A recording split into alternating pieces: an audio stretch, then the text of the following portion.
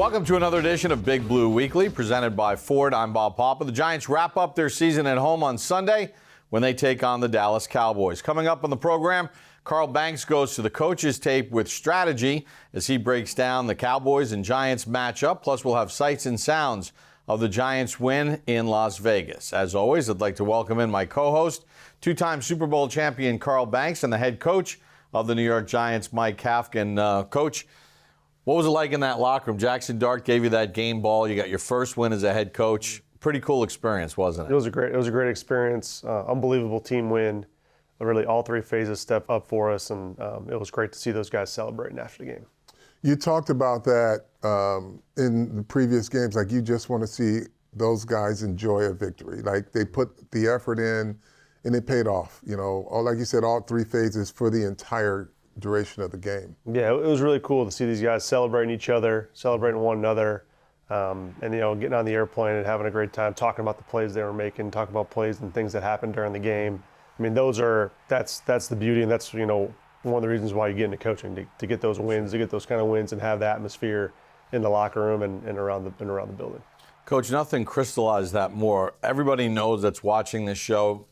Deonte Banks has struggled in his first 3 years in the National Football League. But he got an opportunity on kickoff returns, and to see the celebration and the joy from everybody, I mean, even to the point of a penalty where guys were running on the field, that had to be kind of a heartwarming thing to see. Yeah, it's great, and that's the beauty of football. You're going to go through ups and downs, whether it's a season or whether it's individually, but it's how you respond, and Deonte responded the right way. And what a great play. We all kind of had a feeling that there was one that was about ready to pop, and he was really close on a few, even in his first few games as a kick returner. And just a great job by all 11 guys out there executing it, getting it blocked right, and then him hitting the hole and getting it done for us. But really, really proud moment, really cool moment. Then for the team to go down there and celebrate, I was like, all right, let's go. That was a cool penalty. Let's go. Like, that's the kind of energy that you want, and that's the kind of team energy you want, and things that you can build off of. Coach, another really special moment for me was watching Wan'Dale Robinson get that 1,000 yards receiving. What has he meant to this offense, in light of Malik going down and just being a consistent receiver for this offense? Yeah, and Wan'Dale is very close and near and dear to my heart. And we kind of came in together. He was in our first draft class, and a guy that we've always kind of leaned on in terms of having production and being available and being tough and being not only just a production in the pass game but production in the run game. And this year, we've asked him to carry on a different role, whether it was just playing inside. He primarily played inside, but this year we asked him to play a little bit more outside because Malik went down, and him having the flexibility and took ownership of that, right? And really, took it upon himself to really continue to sharpen his craft and become a more dynamic player. And now you're seeing that. You're seeing the explosive plays, not only from the slot and his ability to kind of manipulate second-level defenders, but now you're seeing the speed up and over the top of second-level defenders and one-on-ones on the perimeter with corners. And so just his flexibility and ability to do both of those things is going to complement him well, and is a reason why he has 1,000 yards, because he has that type of ability, that type of playmaking ability, and he's still got more to go. We got one more game left, and I know he's excited to continue to add to that total. Speaking of that, Coach, obviously for your defense, big challenges. This Cowboys offense is pretty darn explosive, and Dak has been fantastic. What things have changed with them since Coach Schottenheimer came in as the head coach? Yeah, though Coach Schottenheimer does a great job of mixing in the run and the pass. Obviously have great skill on the perimeter, and Dak does a great job of getting those guys, number one, opportunities and getting those guys the football. And then they do a great job of breaking tackles, making people miss, do a great job at the top of their routes, separating. So we're going to have to do a really good job of working to bottle that up. Pass rush has to get going as well. And so it's going to be one of those type of games. We know they're going to give those guys opportunities, and when they come our way, we got to make a play on it. Can you speak a little bit about their upgrades on the defensive line? They made some trades, and they're a totally different looking defensive line than when you first played. Yeah, I'd say it starts in the core, right, with Quentin Williams and Clark, and those guys are elite players, and again, these guys move around. They're going to generate pressure in the pass game. They're going to be disruptive in the run game. So we got to do a good job, whether it's working our double teams, working on the perimeter, creating leverage and creating angles for us to have a successful run game, and then understanding when the pass game has to light up, these guys are going to try and get themselves in some one-on-one opportunities. So being smart with what we got to do protection-wise is going to be key. The fact that you haven't played them since week 2, the overtime loss in Dallas, does it almost feel like a different season ago when you put the tape on? Yeah, it's a completely different team. You know, you look at how teams grow, how the ebbs and flow of a season work itself, whether it's by injuries or whether it's by scheme or whether just by adjusting throughout the course of a season.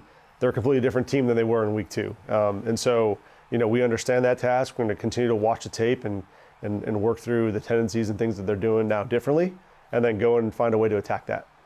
Coach, we appreciate the time. Obviously, we were hoping there'd be a next week, right, a postseason game. But thank you so much. I know it's been a tough situation for you having to step in and assume the head coaching duties. Have you enjoyed it? Loved it. Loved every minute of it. Looking forward to some more. There we go. We appreciate it. Thank you, Mike. Thanks, Great, Coach. thank you. It's Mike Kafka, head coach of the New York Football Giants. When we come back on the program, the sights and sounds of the Giants win in Las Vegas. All that and more here on Big Blue Weekly, presented by Ford. Welcome back to Big Blue Weekly, presented by Ford. Last Sunday, the Giants went to Las Vegas and beat the Raiders. Here are the sights and sounds of the Giants' 34-10 win. Let's go, Jackson! Here we go, baby. Here we go. Let's go. Great juice all day, man. Let's go right in. Hey, bro. Start finish, bro. Like discipline, sound football, and just go dominate. Let this loose, bro. Let this attack every player. Let's go. Here we go. Oh, my God. 3, 1, 2, 3. Second and 7 from the 12. One receiver split left is Thornton. Smith back, throws it, and it's intercepted. Picked off by the Giants, Okereke. Bobby Okereke running across midfield, looking for a block, and he's finally brought down at the Raiders' 43-yard line.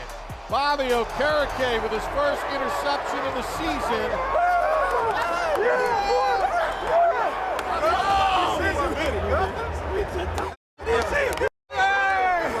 Second and 6 from the Raiders' 30.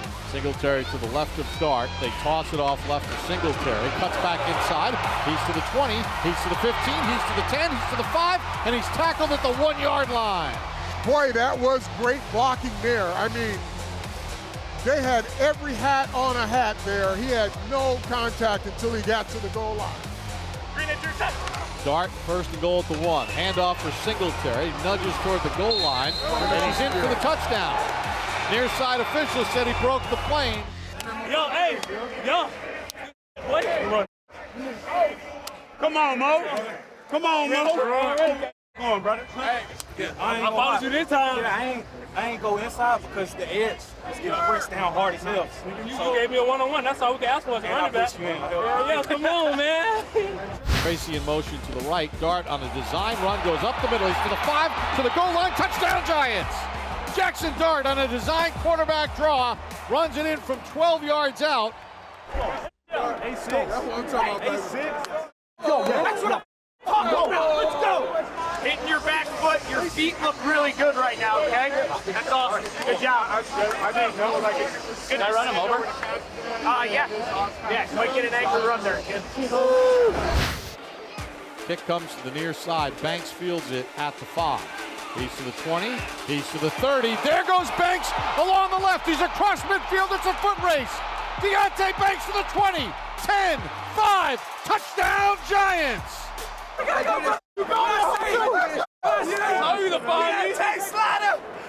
him, boy! You say you want one this week? As much I know. This boy, he say he gonna score every single time, bro. That boy really like that. Strong formation to the left. 4th and 1 at the 2. Singletary the tailback. Run, Jackson. There you go. Play fake. Dart rolls left. Dart's going to run with it, and Dart's in for the touchdown. His second rushing touchdown of the ball game on a 4th and 1 at the 2. Hey, boys. What's up, bro? I got a couple game balls, man, because there's a lot of people who need to be recognized. Defensively, let me get one here, LY. Defensively, right? On top of 63 total rushing yards on the day, 2 interceptions. 2 interceptions. One by one of our captains, Bobby Okereke.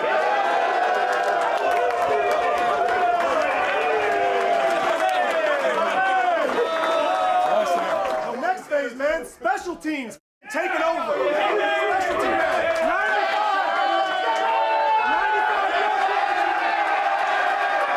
You got the real good. Congratulations. We back in. Hey, Kafka #1, baby. I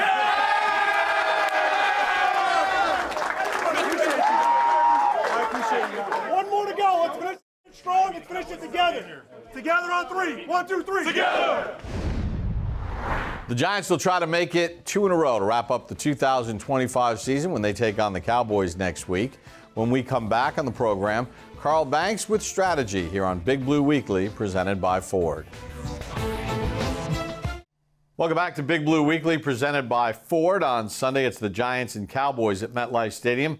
Final strategy of the year, presented by Microsoft Copilot. And Carl, we're going to take a look at this Dallas team offensively. Dak Prescott, they added Pickens to the mix, and he has been outstanding. Pro Bowl. Yeah, I mean, he is such a tough cover, Bob.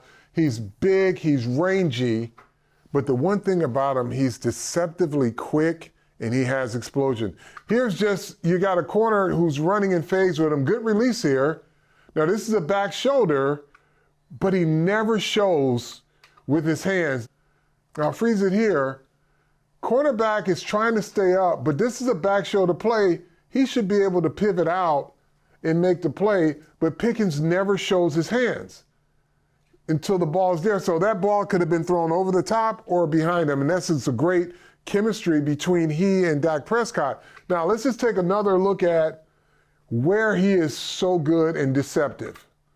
Again, he's here at the bottom of the screen, and you're going to see an explosion right here. Cornerback's in phase, ball's a little overthrown, that burst. I mean, he just separates from the corner. The corner is in phase pretty much the whole route, but he sees this ball, and watch this acceleration here. Yeah, made it look easy. Yeah, made it look easy. So this will be a difficult task because you've got to study all of his little tendencies because he doesn't tip a lot. He doesn't show his hands much.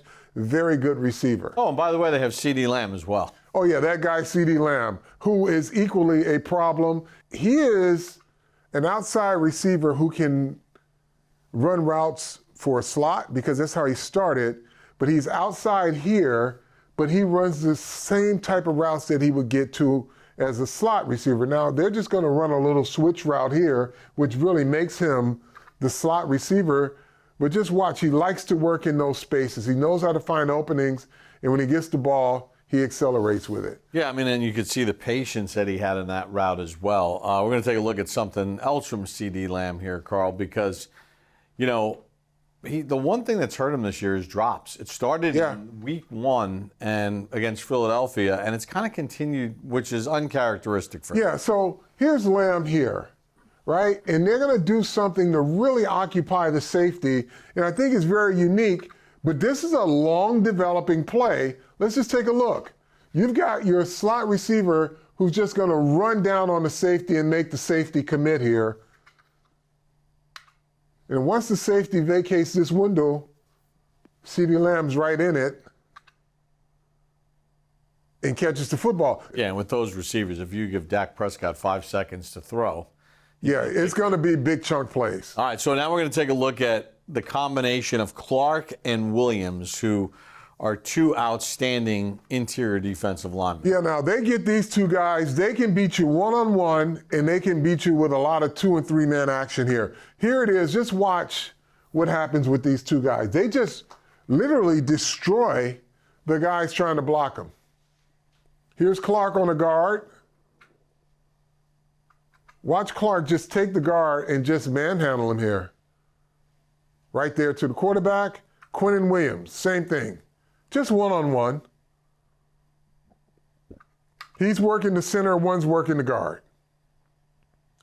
They take both guys, push them right back to the quarterback.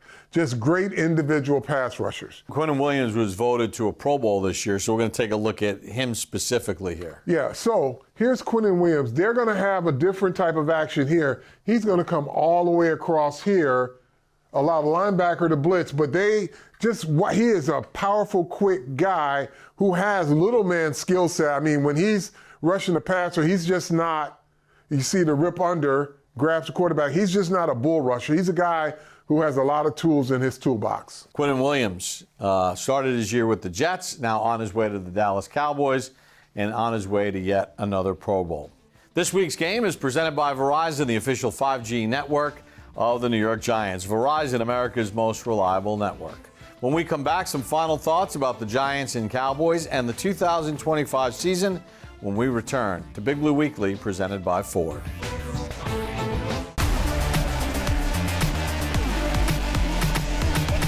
Second down and 10, and here we go. And there is 1,000 yards receiving on the catch by Robinson. Gaining 9 right there. Congrats, boy! 1K! Yes, sir. 1K! Yeah. 1K! 1K deal. Hey, appreciate you. Love you, boy. Love you, dog. Hell yeah. Wan'Dale Robinson goes over 1,000 yards receiving in a season for the first time in his career and 90-plus catches for the second time. As we welcome you back to Big Blue Weekly, presented by Ford. And, Carl, you talked about this with Coach Kafka at the beginning of the show. And, look, Wan'Dale's been a tough player for the Giants. He's had his ups, he's had his downs. But pretty impressive the way he stepped up this year, assuming multiple roles. Yeah, I mean, when you look at the way this team was deflated when Malik went down, and then everybody was like, they have nothing. And they had something in Wan'Dale Robinson. I mean, he was kind of the straw that stirred everything for this receiving core. Like you say, he's had his ups and downs, but when you look at his production, you just can't argue with his impact on this passing game not falling apart. Right, the Giants are going to have to make some decisions, whether it's Wan'Dale Robinson, Cordell Flott. There's a whole bunch of guys that contracts are up and they're going to be free agents. And it comes down to a dollars and cents game. Who can you keep? Who can you not? We don't even know who the next head coach is going to be. So these are decisions that we couldn't even address at this point in time. Well, the good news is you are bidding for a good player in Wan'Dale Robinson. So whatever your economics may be within the organizational structure, you're bidding for a good player. You're bidding against other people for your good player. So I don't think this is going to be one of those situations where we're just going to let him walk. We can find something better. He's a very vital part of what you did offensively this year, and he's a good player that's going to make the money wherever he goes, but he's going to continue to have great production. And really, at the end of this season, the most important thing is it looks like the Giants have found a quarterback in Jackson Dart. They traded up in the first round. He's been able to start a bunch of games for the team. You clearly saw in the game against Vegas, there were a few times where he got out of bounds. Yeah. He didn't stay in bounds. When he needed to get yards, he did go get yards. Yeah. He ran for a couple of touchdowns. But, you know, there's a lot to be excited about with him moving forward.